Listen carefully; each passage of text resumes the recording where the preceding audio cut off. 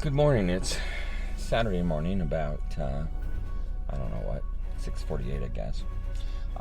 Just wanted to document and prepare the development presentation for the church board meetings on Saturday and Monday. I'm doing it in this format in part because I think we need to have a documented record of what we're doing, and in part because I cannot be at the Monday board meeting, though I can certainly make today's. Quick overview of the development project itself. In terms of income, nothing's changed from the last report I gave about 2.5 months ago. We're still sitting on about $68,000, of which about $45,000 is contracted.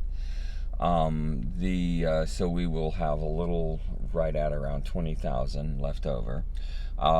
We are still projected to complete the things that we thought we were going to do, which is essentially masonry. Get the water garden completed and the painting done.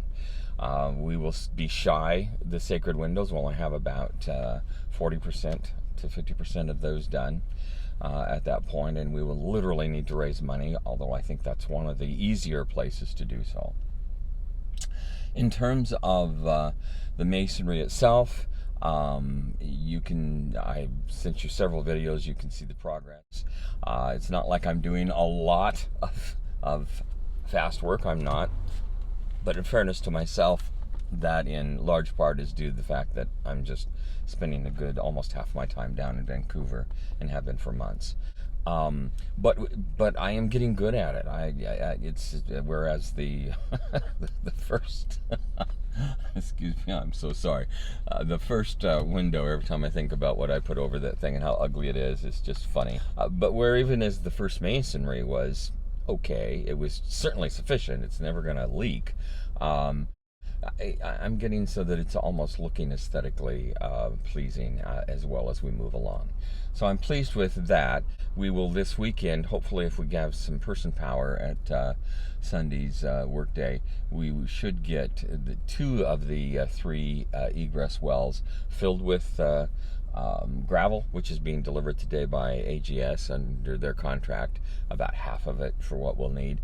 And then I hope to get the whole length between the beginning through the end of the second egress well opened up, all the way down to the permeated conduit at the bottom, so that we can begin to fill in the gravel in those sections, and I can complete whatever cement work I have to do at the bottom where it moves back towards from the egress well, where it goes back in towards the building and out, just because that's so far from that permeated conduit. It's almost meaningless unless I create some kind of very simple slanted cement things, just about that deep, and just cover so we'll complete that.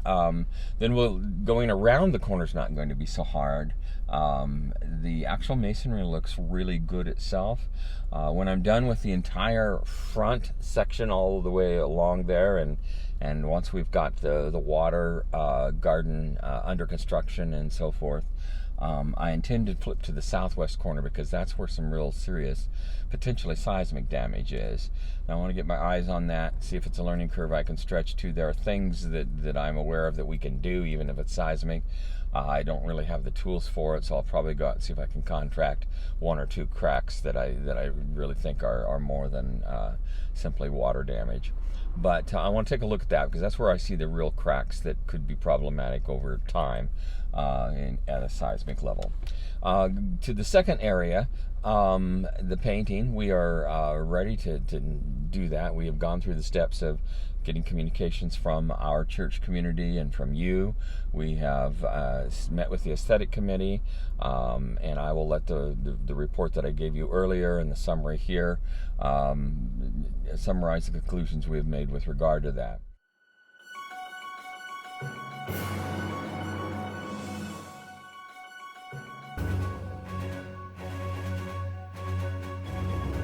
The first is that we do one color on all the walls, essentially.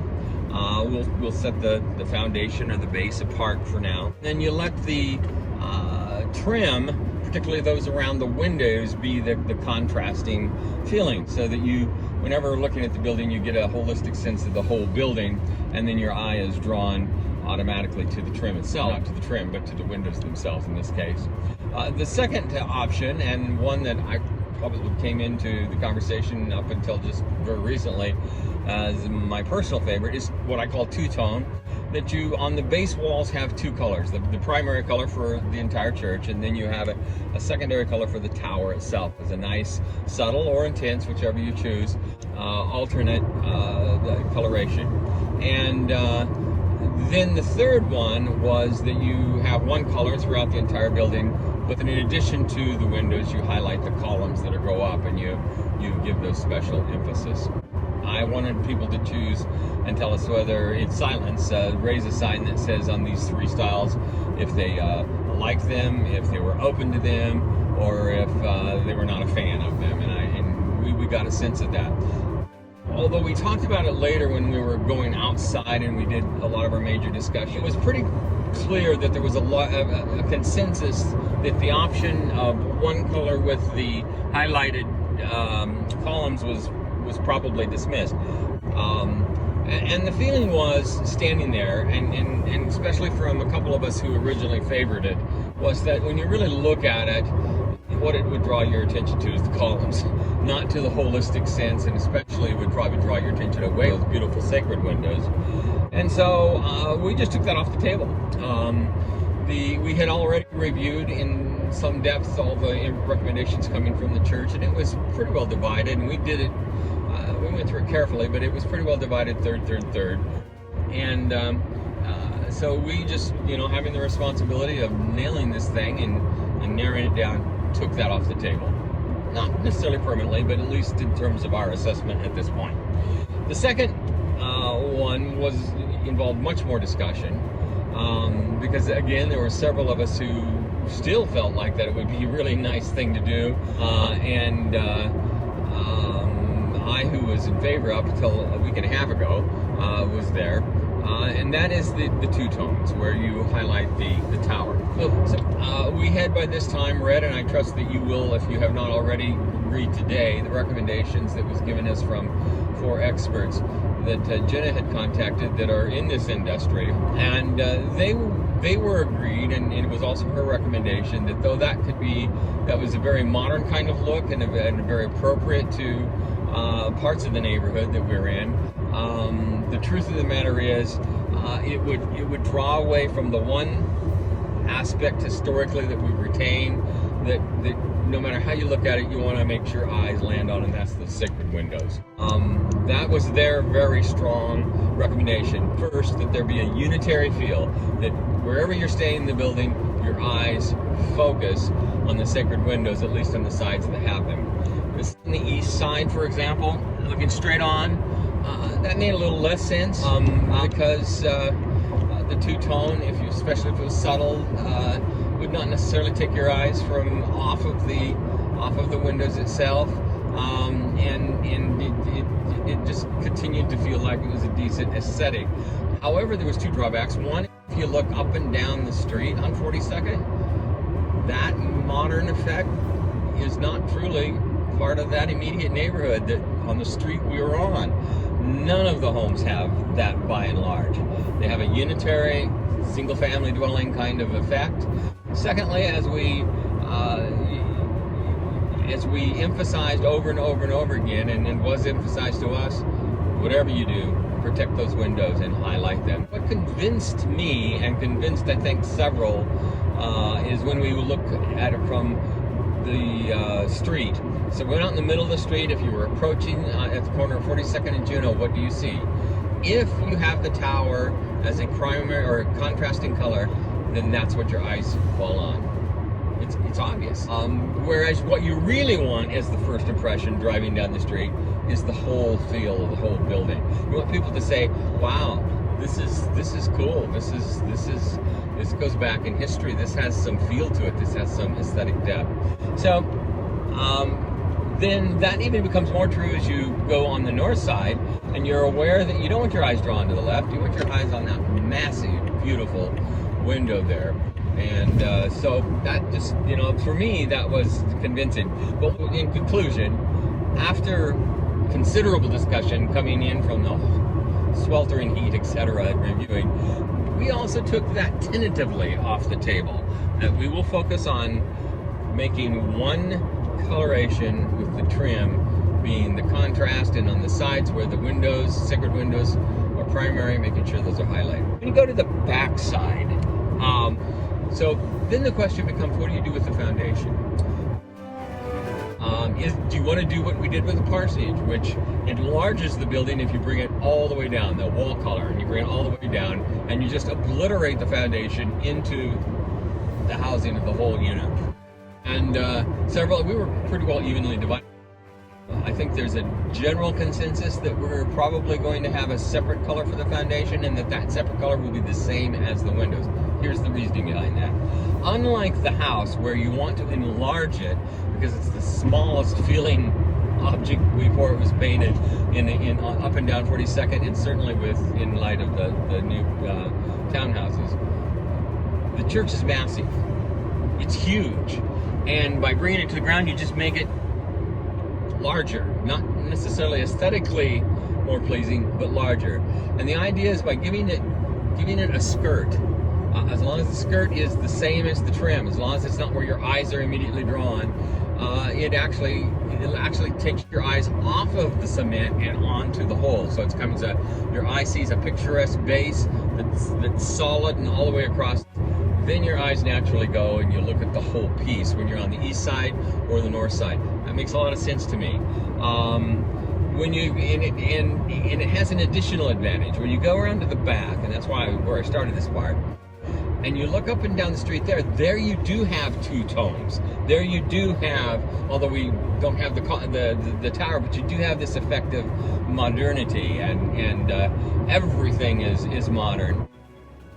And the skirt is pretty high in the back, and that would almost give you, in fact, it would give you that sense. It's less grounding in the back, but that's maybe where you want some contrast. There was also a general agreement, I think, that when it comes to the square windows in the back versus the sacred windows that are highlighted, we're not going to put a trim in at all. We're going to color the trim the same as the building, and just let the white stand out for the square ones, so that the mind, still to the extent it can, focuses where the sacred is, and where it's just the other, you see the white little trim, and it's cute, it's nice, but it doesn't highlight. So that was our thinking. We did not make a conclusion on the skirt. We have asked, we went to coloration after that. We generally agreed that probably you want to stay with neutrals, just because they wear well. One is a light gray with a darker gray as the trim, and then the second one is almost a taupe, but it's another off gray, but almost has a taupe feel. It's my personal favorite. I love it, actually. And then you again have the darker gray as your trim. Why darker? And why not white? We looked at that. I again walked into the conversation up till reading what the experts were saying, really preferring white, but I was convinced otherwise. To a person, they said, Jenna underlined, if you go with white, that's what you see. You see the trim, not the window. Evidence that on the north side, where we still have a lot of white trim, even though the windows aren't clear, you can still see something. Your eye does go to the white. And but as one of her 4 center volunteered these pics that you are seeing now, and they clearly show that if you go with a darker offset, it is the beauty of the window itself that begins to emerge. So we agreed with that. We took all of the counsel that was given us. Number wanted bright doors, and so we came up with the idea of 4 colors seasonally. Jen has agreed to paint them each season, and to just volunteer the painting them, which is awesome. Until we can afford new doors, then we'll relook at that. But we would just decorate them seasonally, and as a nice kind of contrasting complement. The skirt issue, we're just going to mock it up 2 or 3 different ways.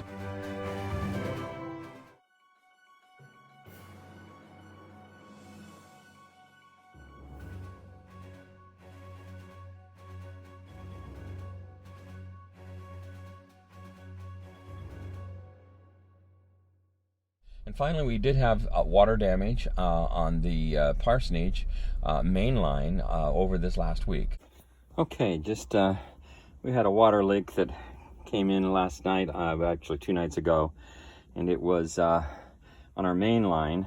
And where it had broken is on the side that was put in to go right there. As it broke, I put this in, so it's actually right there where it's broken. This piece was used in tension with what was coming out of here, and which was the problem. It just was this, number one, these pieces like this is the piece that was used, and I got it because I thought possibly that might be a solution. And the more I looked at it, the more I realized that they really are not made for that tension. Then when I saw the issue, I realized where, number one, it just literally collapsed. It broke on this side, and on this side it was about to collapse. It would have broken there in time. Okay, this is the third attempt. The first two failed.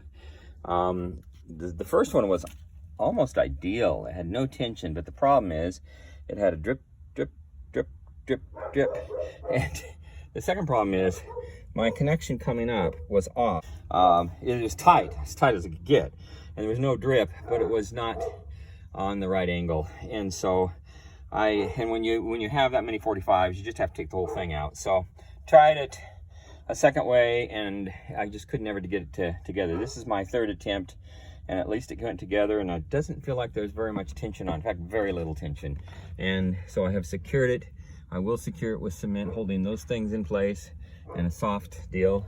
And yeah, so I will test this in a couple hours and see if it holds, and if it does, I'm going to put everything together and call it a success. And I just ready to start closing it up today. Feel good about how that's turned out. So I guess that's a quick summary. Again, we're sitting on 60,000. The truth of the matter, 68,000. The truth of the matter is we have spent several hundreds in the last 3 months, but it's all come out of Joanna and my pocket. We've still paid our tithe and so forth, but I will get reimbursed for some of that if there's monies left at the end of this project. But I'm sure it will not be nearly what I've spent, but I just haven't wanted to drive that down. I want to keep all that money till the end of those major projects. Okay, thanks.